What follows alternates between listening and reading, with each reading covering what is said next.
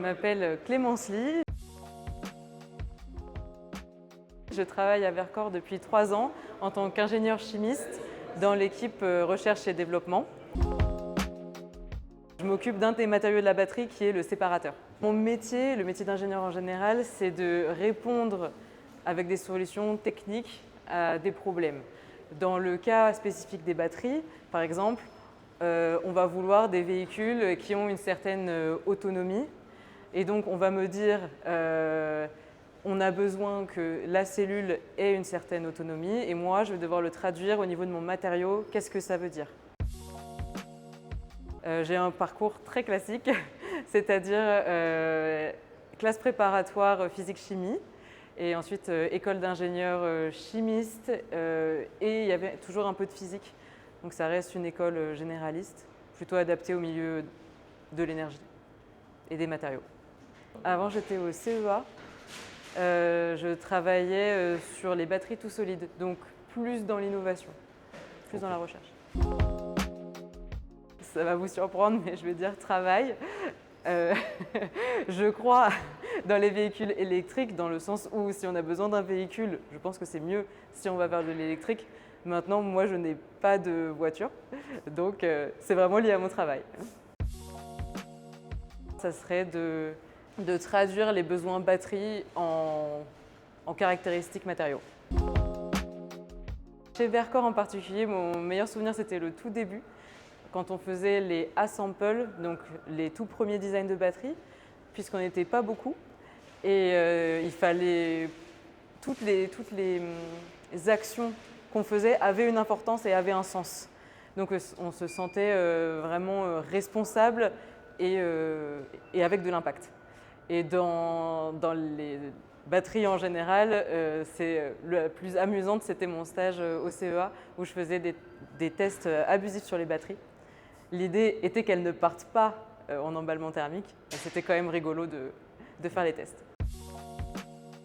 Je dirais que je suis plus terrain. C'est pour ça que j'ai choisi ce métier parce que ça me permet d'avoir toujours une part de manipulation et de me raccrocher à du concret. Dans mon métier, c'est plutôt prototype, même si j'aime être accrochée à la production, encore une fois, pour avoir ce côté concret et application directe. Ça se raccroche au concret, je préfère les essais réels.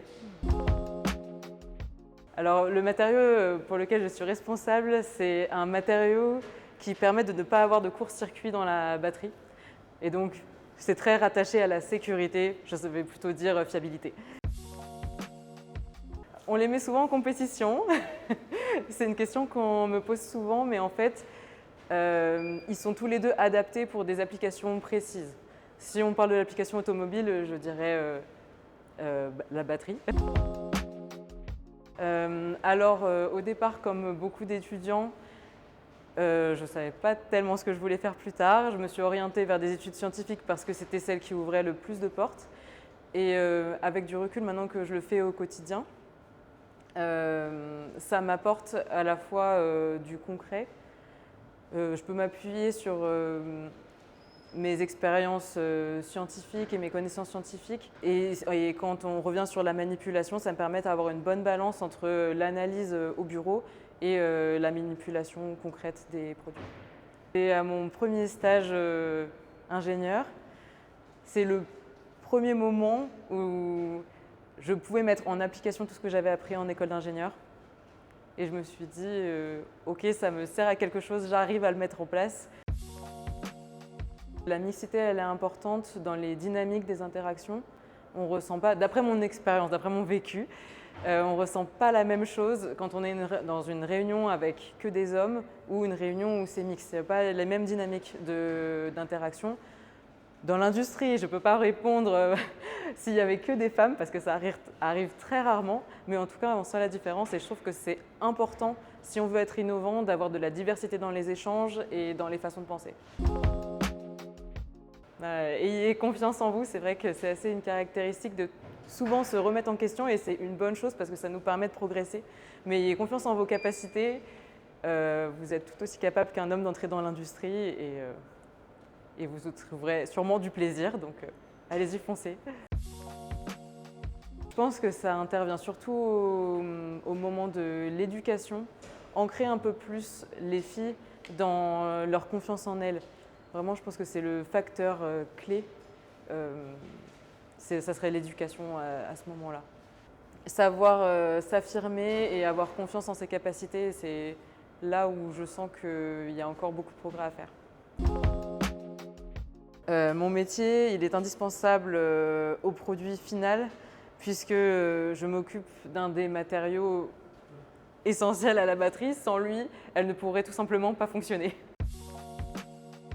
Je pense qu'on a la sensation que c'est un matériau qui est simple et qui n'a pas forcément besoin d'une personne derrière.